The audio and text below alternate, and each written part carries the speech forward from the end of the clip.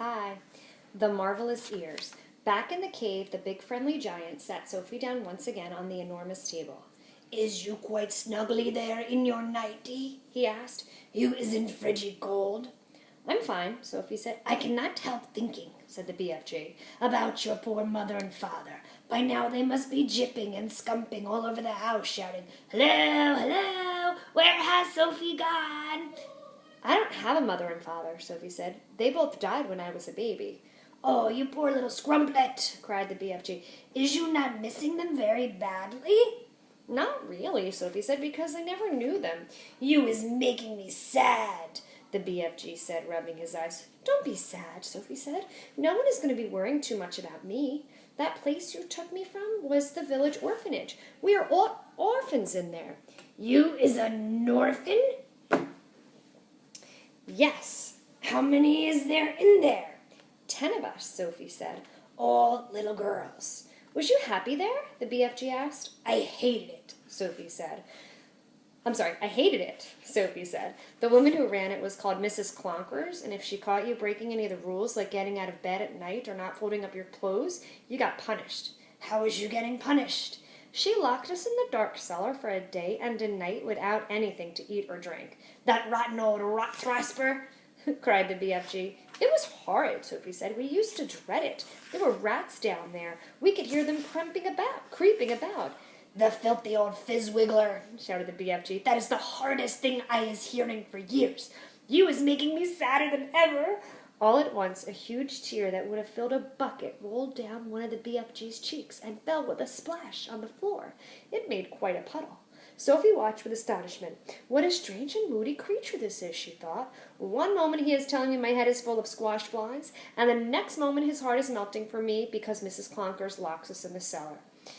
The thing that worries me, Sophie said, is having to stay in this dreadful place for the rest of my life.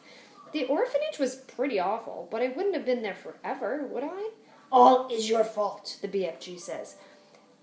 "All is my fault," the BFG said. "I is the one who kid-snatched you." Yet another enormous tear welled from his eye and splashed onto the floor. Now I come to think of it, I won't actually be here all that long, Sophie said. "I is afraid you will," the BFG said. No, I won't, Sophie said. Those brutes out there are bound to catch me sooner or later or have me for tea. "I is never letting that happen," the BFG said. For a few moments the cave was silent. Then Sophie said, "May I ask you a question?" The BFG wiped the tears from his eyes with the back of his hand and gave Sophie a long, thoughtful stare. "Shoot away," he said.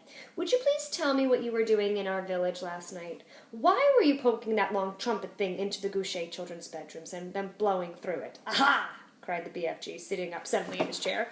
"Now we is getting nosier than a Parker." "And the suitcase you were carrying?" Sophie said. "What on earth was that all about?" The BFG stared suspiciously at the small girl sitting cross-legged on the table. "You is asking me to tell you wopsy big secrets," he said. "Secrets that nobody is ever hearing before." "I won't tell a soul," Sophie said. "I swear it. How could I, anyway? I'm stuck here for the rest of my life." "You could be telling the other giants." "No, I couldn't," Sophie said. "You told me they would eat me up the moment they saw me." "And so they would," said the BFG. "You is a human being, and human beings is like strawbunkles and cream to those giants." "If they're going to eat me the moment they see me, then I wouldn't have time to tell them anything, would I?" Sophie said. "You wouldn't," said the BFG. "Then why did you say I might?" "Because I is brimful of buzzburgers," the BFG said. "If you listen to everything I am saying, you will be getting earache." "Please tell me what you were doing in our village," Sophie said. "I promise. You can trust me." Would you teach me how to make an elephant?" the BFG asked. "What do you mean?" Sophie said. "I would dearly love to have an elephant to ride on," the BFG said dreamily.